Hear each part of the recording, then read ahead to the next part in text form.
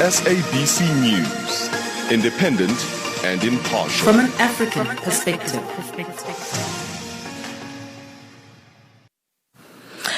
One of Zambia's aggressive opposition leaders, also known for being fearless, Chishimba Kambwili, has been jailed by a Zambian court on charges of forgery and uttering false documents to a public officer. A cross-section of society claim the imprisonment is nothing but a way to silence critical political players ahead of the general election in 2021. Journalist Arthur Davis Skopo gives an account from the capital, Lusaka.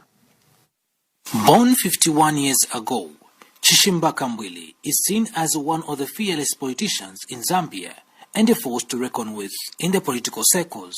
Dr. Kambwili was accused of forgery and uttering false documents to a public officer, as it is alleged that in October 2013, with intent to defraud or deceive, Kambwili allegedly forged a no-change return, company's form number 71, purporting to show that it was genuinely signed by his son, Mwamba, when in fact it was not.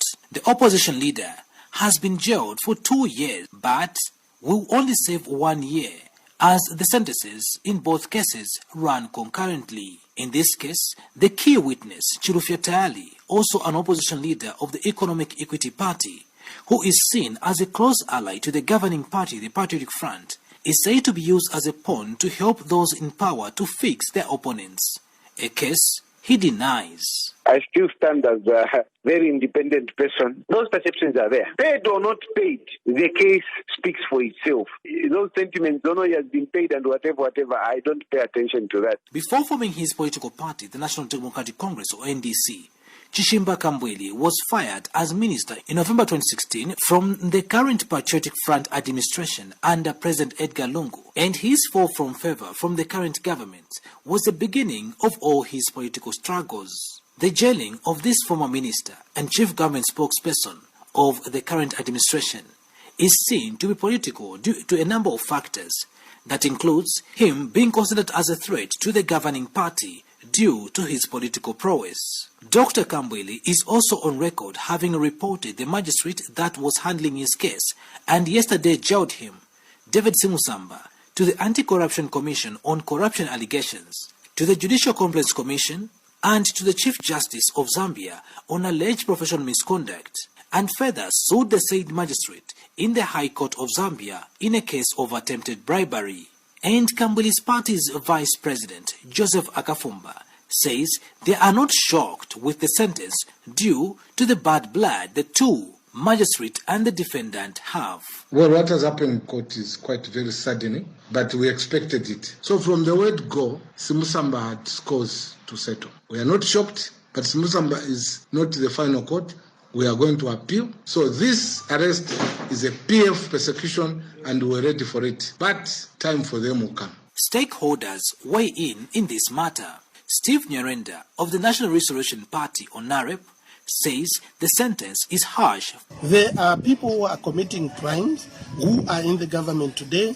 They are left scot-free. But this crime that has been committed by our comrade, I do not think is a crime that has literally disadvantaged our economy. Another opposition, the United Party for National Development, UPND, that is in an alliance with Kambwili's party, through its Secretary General, Stephen Katuka, says this is political, as it is the principle of natural justice that Magistrate Simusamba was supposed to recuse himself from handling the matter because he was conflicted. For us, the decision to convict Dr. Kambwili was more of a personal and political matter than a legal one. Edgar Lungu has taken legal battles in a subtle manner. All those who oppose him, it is personal. Could this imprisonment legitimize complaints that Zambia's governing party is trying to deal with political contenders in the next year's election? Another question is, after this conviction, is Dr. Kambwili eligible to contest for any political position in the country, especially the 2021 general elections? Tutu Ngulube